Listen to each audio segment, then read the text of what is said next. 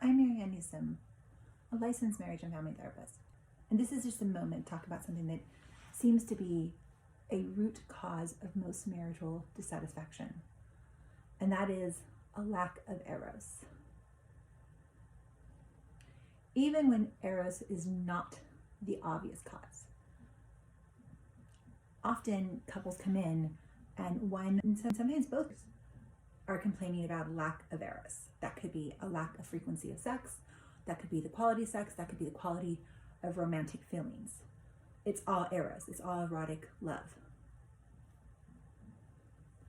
However, even when they're not and they're talking about Eros specifically as their issue, I find that a lack of Eros is still a factor in other issues at hand. And why that is because Eros makes the relationship worth it, right? If you have good Eros, if you're in tune with, if you're in passionate love with them, you want to work through the other things more easily. You're more willing to compromise. You're willing to see things your partner's way because you have them in positive regard. Because Eros is the one thing that we can get from our partner if we're in a monogamous relationship. And a lack of Eros puts us on a starvation diet. And if we're on a starvation diet, we resent our partner. And if we resent our partner, we have no desire to work things through with them. Because why would we? They're starving us to death. So if you don't maintain your Eros, and that is in frequency of sex, quality of sex, and romance, you're not going to have the desires to work things through if you were connected to them in that way. Eros helps you stay in love. And when you're in love, you don't want to let go of that feeling because it's really good. Now, that doesn't mean that people who have bad Eros don't love their spouse. But are they in love with their spouse? And that's the difference.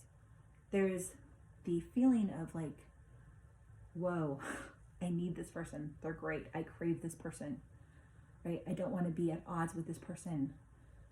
That's in love. Then there's the, I care about this person. Maybe they're the mother of my children or the father of my children. Maybe we've had a long history and I don't want to see anything bad happen to them. I don't want to see them hurting. That's love. But to maintain a healthy relationship, you need to have being in love, right? There are plenty of people who stay married who are not in love, but are they satisfied? Is it a healthy relationship? Is there a lot of conflict? So protecting your Eros protects your relationship. It protects your marriage. And if you don't protect your Eros, your marriage could be in grave danger. And little things can destroy your marriage if you don't have good Eros, and big things definitely will. So whether it's a little thing or a big thing, it can destroy your marriage if you don't have good Eros. I can't stress enough that there is research that shows that couples who have good Eros have an easier time of working through normal marital problems and even bigger marital problems. Problems exist in every marriage, but when you have Eros, it's like the glue that holds you together.